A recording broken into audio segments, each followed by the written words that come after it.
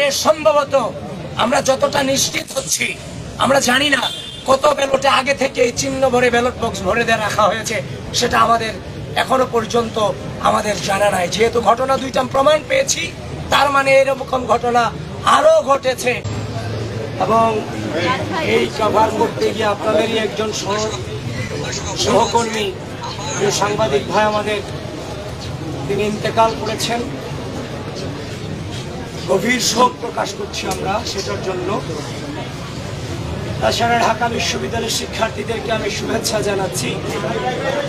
সকল প্রতিকূলতাকে উপেক্ষা করে তারা তাদের জায়গা থেকে দায়িত্ব পালনের চেষ্টা করে গেছেন ভোটাধিকার প্রয়োগের মধ্যে দিয়ে। প্রিয় সাংবাদিক বন্ধুগণ, আজ সকাল থেকে আপনারা আমাকে বিভিন্নভাবে জিজ্ঞাসা করার চেষ্টা করেছেন, ভাই কোনো অনুযোগ আছে কিনা। কিন্তু আমি বলেছিলাম, শুধু আজকে নয়, বিগত কয়েকদিন যাবত আমি টানা বলেছিলাম যে আমরা আর অভিযোগের রাজনীতিতে ফিরতে চাই না, আমরা পজিটিভ চিন্তা ভাবনা করতে চাই, আমরা শুধুমাত্র সামনে অগ্রসর হতে চাই। আমরা ভেবেছিলাম গণঅভ্যুত্থান পরবর্তী সময়ে এই ঢাকা বিশ্ববিদ্যালয়ের মাটি থেকে যেমনভাবে ফ্যাসিস্টকে বিতাড়িত করা হয়েছে, রাজনৈতিক অপসংস্কৃতিকে বিতাড়িত করা হয়েছে, ঠিক একইভাবে এই ঢাকা বিশ্ববিদ্যালয়ের মাটি থেকে গোটা বাংলাদেশ ব্যাপী রাজনৈতিক সুন্দর সংস্কৃতিকে উপহার দিব এই ডাকসু নির্বাচনের মধ্যে।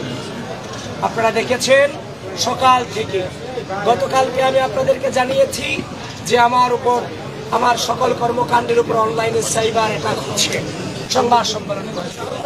ঠিক একইভাবে আজকে সকাল থেকে আবারও অপপ্রচার করা হয়েছে আমার এগেনস্টে, আমি নাকি নির্বাচনী আচরণ বিধি লঙ্ঘন করে আমি কেন্দ্রে প্রবেশ করেছি। এই ধরনের মিস ইনফরমেশন, ডিসইনফরমেশন ছড়িয়ে বিশ্ববিদ্যালয়ের দায়িত্বশীল রিটার্নিং কর্মকর্তা আপনাদেরকে পর্যন্ত বিভ্রান্ত করতে বাধ্য করেছে। আমি আপনাদেরকে সাধুবাদ জানাই। শেষ পর্যন্ত আপনারা গঠনতন্ত্র পড়ে এই অভিযোগ যে মিথ্যা, সেটার স্বীকৃতি আপনারা দিয়েছেন, এজন্য আমি আপনাদেরকে সাধুবাদ জানাই। কিন্তু অল্প সময়ের মধ্যে এই যে মিস ইনফরমেশন ছড়িয়ে আমাদেরকে সাধারণ শিক্ষার্থীদের সামনে কলঙ্কিত করার চেষ্টা এবং অপচেষ্টা চালানো হয়েছে, সেটা বিশ্ববিদ্যালয়ের রিটার্নিং কর্মকর্তা করতে, একজন নির্বাচন কমিশন করতে, সুতরাং এটা কোনোভাবেই মেনে প্রমাণ দিয়ে গিয়েছে। আপনি দেখেছেন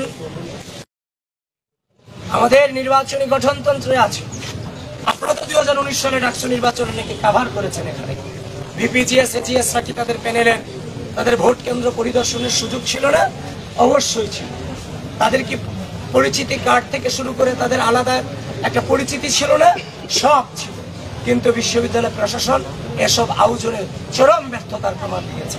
এবং আমরা প্রত্যেকটা কেন্দ্রে যখনই গিয়েছি আমাদেরকে বারবার এতিমের মতো দাঁড় করিয়ে রাখা হয়েছে, আমাদের সময় নষ্ট করানো হয়েছে।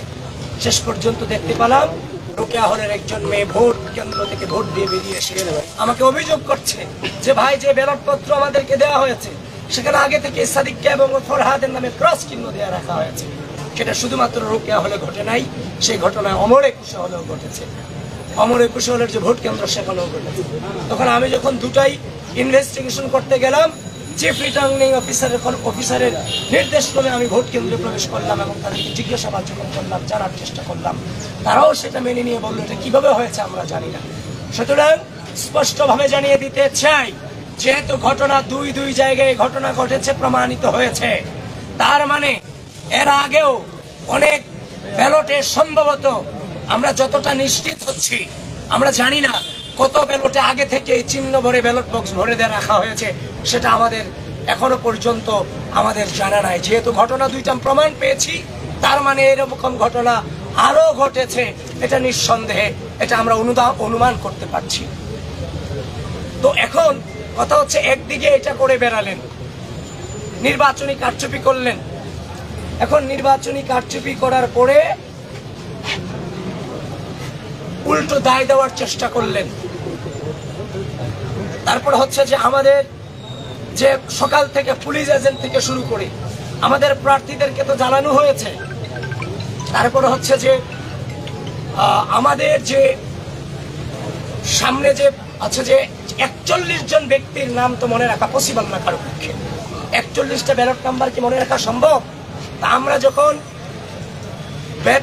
ভোট কেন্দ্রের 100 মিটার দূরত্ব থেকে যখন আমরা আমাদের যখন ব্যালট নম্বরগুলো দিচ্ছিলাম, এগুলো সকালে প্রত্যেকটা কেন্দ্রে কেন্দ্রে আমাদেরকে বাধা প্রদান করা হয়েছে, যেটা কোনোভাবেই মেনে নেওয়ার মতো নয়।